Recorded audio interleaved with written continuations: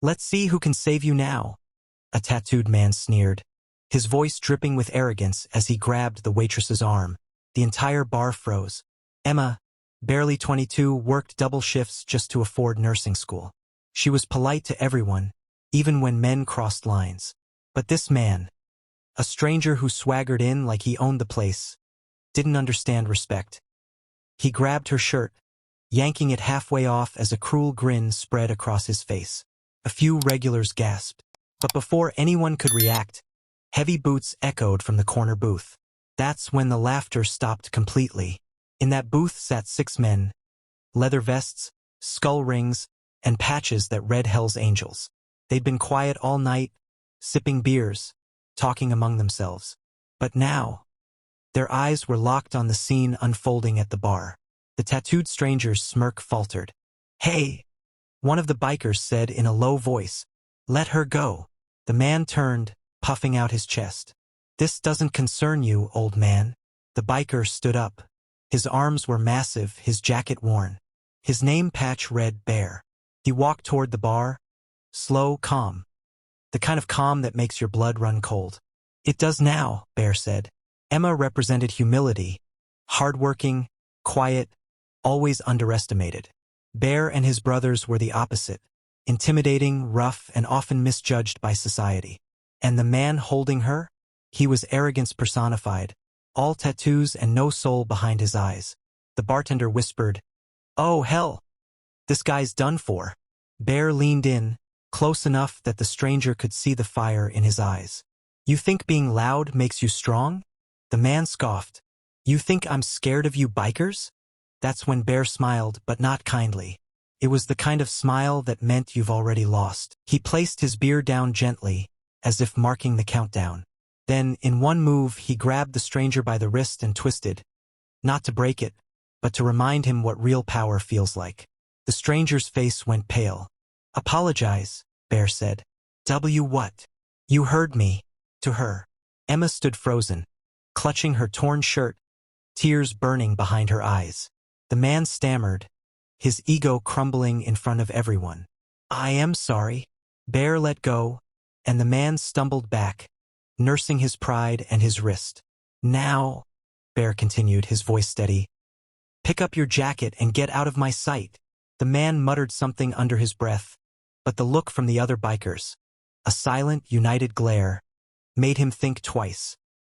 He bolted out the door, leaving behind a half-empty glass and the weight of shame. The bar fell into a hushed awe. The jukebox played softly again, but the atmosphere had changed, heavier, respectful. Emma pulled her shirt back up, trembling. She whispered, "Thank you." Bear shook his head. "You don't owe me thanks.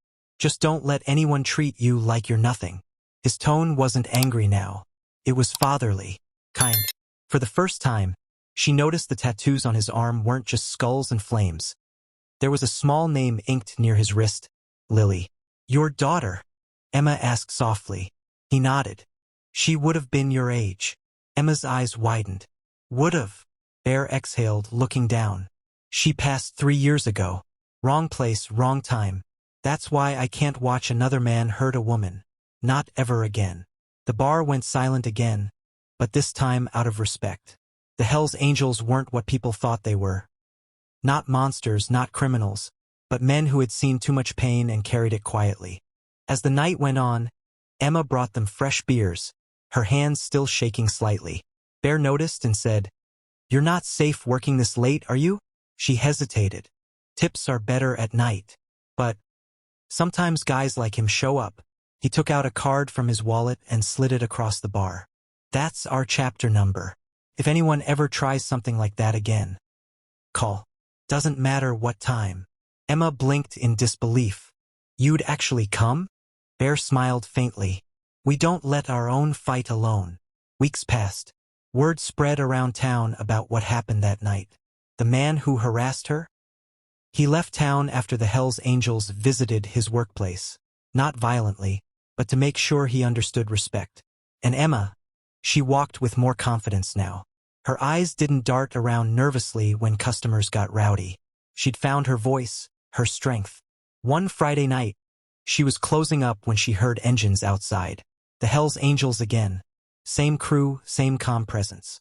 Bear stepped in, smiled, and handed her a small leather jacket with the words, Sister of the Road, stitched on the back. Emma gasped. What's this? It means family, Bear said. You earned it. As they left, Emma stood by the window, watching the motorcycles disappear into the distance, their taillights glowing red like embers in the dark. She whispered to herself, sometimes, the people you're told to fear are the ones who save you. And for the first time in years, she felt. If the story touched you, subscribe and comment your country below. Because sometimes, real strength wears leather and carries kindness in silence.